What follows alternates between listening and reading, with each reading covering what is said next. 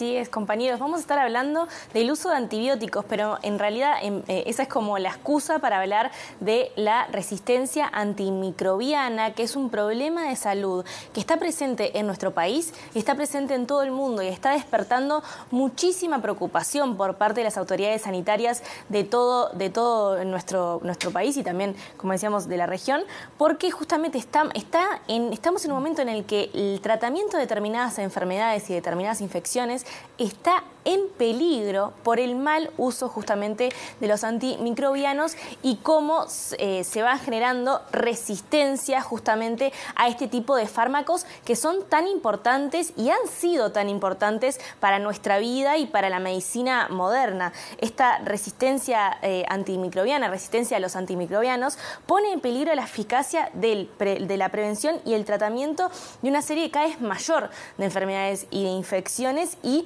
requiere para abordarse medidas de todos los sectores de la sociedad, políticos y también de la población, digamos, ni que hablar de los equipos médicos, porque es necesario que cooperemos en conjuntos para intentar mitigar los efectos de la resistencia antimicrobiana.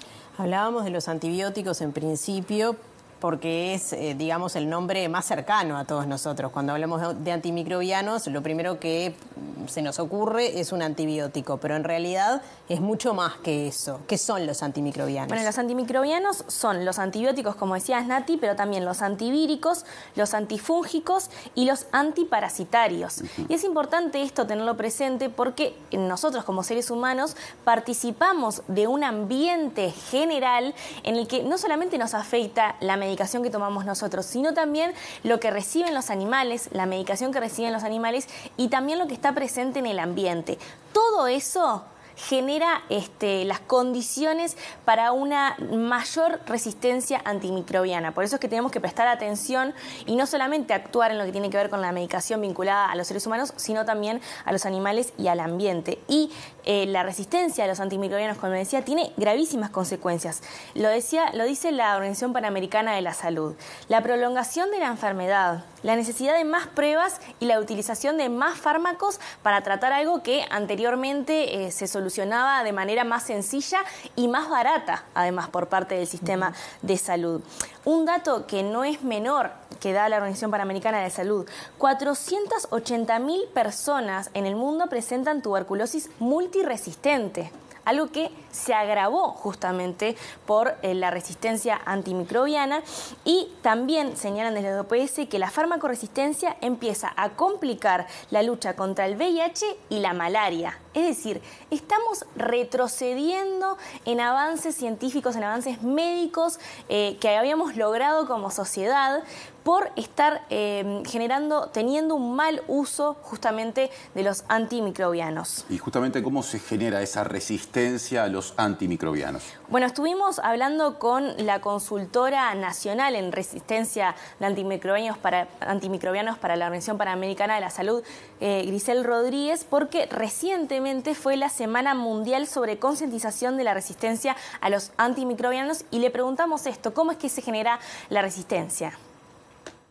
Las bacterias, por ejemplo, o los hongos o algunos parásitos, por sí mismas tienen ese mecanismo para desarrollar sustancias o desarrollar cambios en su forma para que defenderse de los antimicrobianos. Entonces, ellas se defienden de esa manera y si nosotros los usamos bien, ese efecto es menor. El problema es cuando lo usamos en forma desmedida. Es decir, cuando tratamos, por ejemplo, un resfriado común, una gripe con antibióticos que son virales y a los virus no les hace nada a los antibióticos, estamos haciendo un mal uso. O cuando nosotros tomamos antibióticos sin una prescripción, sin un estudio médico previo, o si lo usamos con los animales.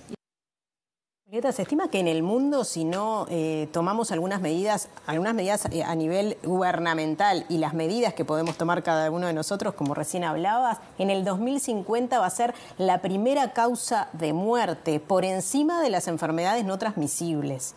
¿Qué datos o qué información hay en Uruguay justamente sobre el uso de los antimicrobianos? Bueno, justamente por la preocupación que los equipos que trabajan esto venían teniendo con respecto a esto que mencionabas y a la gravedad de esta realidad que estamos teniendo, esta realidad sanitaria que estamos teniendo, se hizo desde la Organización Panamericana de la Salud en conjunto con algunos ministerios de nuestro país una encuesta que arrojó interesantes resultados, preocupantes resultados sobre la utilización y sobre la información que tenemos en Uruguay.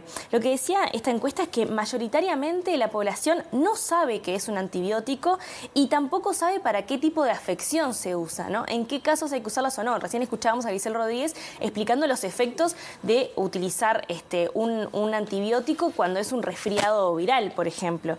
Y también esta encuesta señala que se usa poco el laboratorio para estudiar las infecciones, para saber justamente si son virales o bacterianas. Es decir, ahí vemos un problema claro de información de la población y un problema claro también de identificación de esta problemática por parte de los equipos de salud para actuar en consecuencia y pedir más estudios justamente. Si les parece, vamos para finalizar esto y teniendo en cuenta la gravedad de este asunto, a escuchar nuevamente a Grisel Rodríguez, pero explicando cuál es la situación de Uruguay y del mundo en este momento y qué es lo que puede suceder si no mitigamos estos efectos. En el mundo entero ya hay antibióticos que no se pueden usar y Uruguay no es la excepción. Si bien Uruguay tiene un buen sistema de salud y tiene buenas prácticas, está pasando, porque mismo los viajes hacen, o que el llamado turismo médico, es decir, que las personas se atiendan fuera del país, puede hacer que contraigan infecciones al tomar contacto con otro sistema de salud. Entonces, en Uruguay ya hay bacterias resistentes.